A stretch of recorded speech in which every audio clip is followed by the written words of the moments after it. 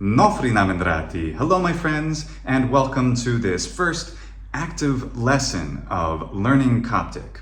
And we're going to do it with this book from the Polis Institute. I'm going to tell you more about this book in a little bit, but you can get it on Amazon, and the link to that is in the description of this video. It's a fabulous book. First, I want to teach you a few things that we can find right here on the first page.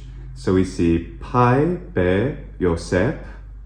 This is Joseph, and Pai be Yaakov, and that's Jacob, right? So Joseph and Jacob, Yosef and Yaakov, and then they meet each other. And so now I'm going to act this out a little bit. The one says to the other, Intoknim, and then he responds, Anok pe Yaakov, Anok pe Yaakov. And then the other one asks, Intoknim, and he responds, Anok pe Yosef. I may have gotten confused going back and forth there. So there is how to say, who are you? So intok, you, masculine, we'll talk about that in a second, and then nim, who. So intok, you, nim, who, you who. And then he responds, Anok pe Yosef, or Anok pe Yaakov. And so that Anok is I. Pe is something called the copula, which we'll talk about in a different time, and then the name. So if I were to say this, someone could ask me, Intoknim, and then I could respond, Anok pe Lukios. And I'm using the Copticization of the Hellenization of my Latin name, which is of course Lucius.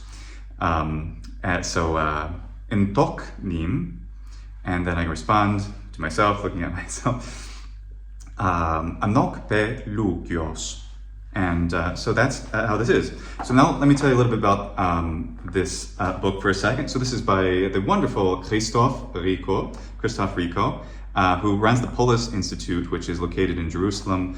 And I'll put some links to some of his outstanding videos where he explains the importance of the work that they're doing in the Polis Institute. So not only with this book, but with several other books, the one that's already out for this called, I believe it's called Unus Duo Tres, 1, 2, 3. And this, in Coptic, Esnau Shomt, is 1, 2, 3 in Coptic. Now, what does that mean? The significance of that is he describes in this great description, this introduction, which is actually available on Amazon. So if you go there, you can actually read or download the preview, which includes this part. I do recommend it, because as he explains, Esnau Shomt, the ear, the eye, and then the sequence, because this is called TPRS, Total Physical Response Sequence.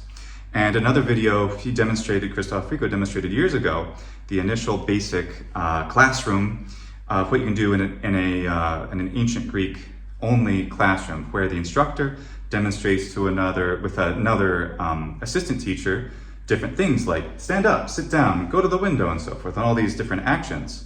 So you have a total physical response, which is responding to commands for initial lessons. And then the sequence is that there's a logic to them. And so that's one of the best ways to learn language in an active way. I want to learn Coptic. And I'm doing it with this book among some other tools. And so I do recommend this book highly, and hopefully I can give some clarity to how to use this, because this is a great way for people to learn the Coptic language. If you want the real experience, you're going to have to go to the Polis Institute in Jerusalem for that, or wherever Polis Institute instructors can be found. Otherwise, you can buy this book, and I do highly recommend it, and of course write in Amazon. By the way, this is somewhat of an accompaniment to my lessons for my Patreon supporters, where I'm teaching more about like the pronunciation, a little bit of the history of the language, which dialect of Coptic this is. This is bohairic, the dialect that is used with the liturgy in the Coptic Church, for example. So all those things you can find also in the description, my lessons for Patreon supporters about how to learn the Coptic language. And it does a lot of different things, those lessons. But this is some really fun stuff, and I thought it'd be fun to do here on the secondary channel for Politeness. So, Pai pe Yosef, Pai pe Yaakov, so we can imagine them. So, Intoknim, Anok pe Yosef, Intoknim, Anok pe Yaakov. So those are the introductions. If you're female, by the way, the copula is te, T, looks like T-E, te. The alphabet, by the way, I talk about this a lot in the Coptic lessons videos, where for Patreon, I talk about all kinds of things in grammatical detail. One of them is that te is the copula for masculine and te is the copula for feminine. An interesting grammatical exception to that is that te isn't always used for the first and second person, but we're not going to worry about that. We just want to act this out for now. So then, next page, we have the word for day, which is atowi, the day.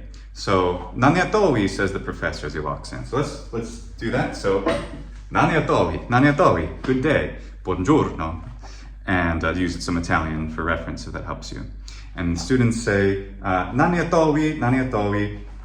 All right, then we get the word for evening, and the word for evening is ejor. And so the H sound, ejor. And so, nani ejor, so good evening. Nani ejor. So, nani ejor, out there to you who are watching this in the evening.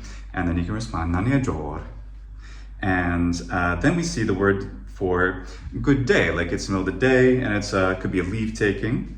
So, and that word is the word for day, which is eho. So nani eho. And then the way to say good night, the word for night is ruhi. And like I've mentioned in those Patreon lessons, ruhi I associate personally with the German word Ruhe, which means peace, like in the Silent Night original German lyrics, which is has the word Ruhe, which means stillness, or the quiet or peace. So ruhi means night. So nani ruhi, and that means good night. Now we see here on the next part, we see ashpe pekreti. So that is what, or what kind of. So ashpe pekreti. Reti is the mode, state of something. And pek is your, the possessive adjective, your for masculine. And this is a really cool thing about Coptic is that when you say you, it's divided by gender. So there's, in this case, pek is yours, for reti, pek reti, your state masculine. And we'll learn the feminine in a second. So if the person I'm speaking to is masculine, pek reti.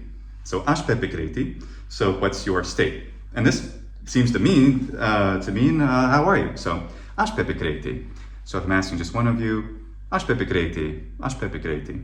And then this fellow responds, ṭiġoġ. And woj is the verb to be well, so ṭiġoġ, I am well. It's like valio in Latin, ṭiġoġ. And then he also adds nofri. Nofri means good, and it can also mean hello, hi. ṭiġoġ, nofri. And then we see that the professor asks, ashpe pereti. So how is your state? And he's speaking to a woman here, and this is how we can see that there's a difference with you with you singular in gender. So pereti, your state, if I'm talking to a woman. Ashpe pereti. And she responds, ṭiġoġem, meaning I am not well, like non valio, or simply I'm not doing good. So ṭiġoġem, she says. So I can ask all of you, or each one of you individually, masculine or feminine, ashpe pekreti or ashpe pereti. And there you go. So you could answer ṭiġoġ or ṭiġoġem. ṭiġoġ. All right, and then we have these lovely little scenes where this person is serving some, it looks like maybe coffee or water or something to the other fellow, and he says to her, ṭiġ-ħepimot.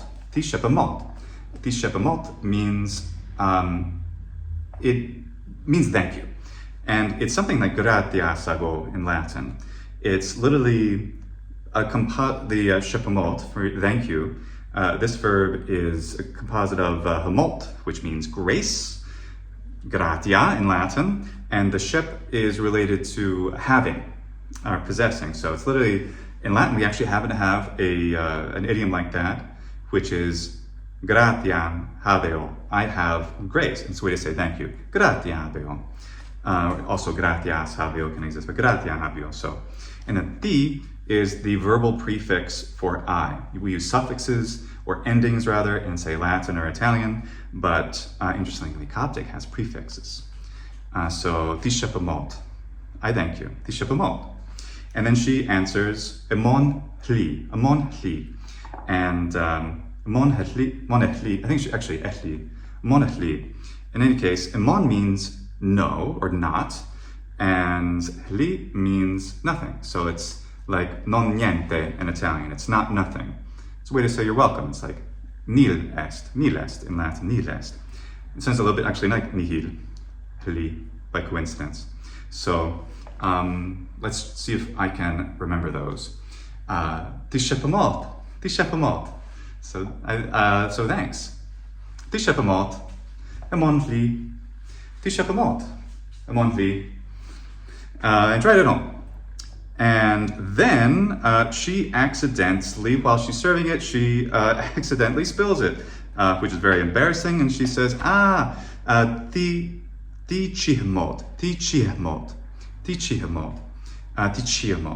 More aspiration on that chi, on the letter chima.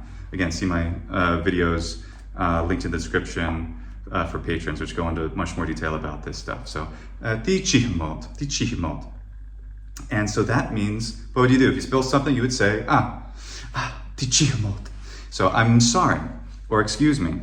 And then he says, emon hli, which is great. So now we know that emon hli means both you're welcome as well as not a problem, don't worry about it. So that's very convenient. Let's see if I can remember all these from memory, and also, of course, be a representative of the Department of Redundancy Department. So, ⲟⲩⲁ emon hli, ⲟⲩⲁ emon hli. And then she spills and she says, ⲟⲩⲁ which literally means something like I take grace, or that's sort of the etymological roots involved, but you don't need to know that, I guess. So she says, ⲟⲩⲁ and he says, emon hli, it's nothing. Don't worry about it. Well, that is the very first part of the very first chapter of this wonderful book by Christoph Rico, which is called Esnau Shomt.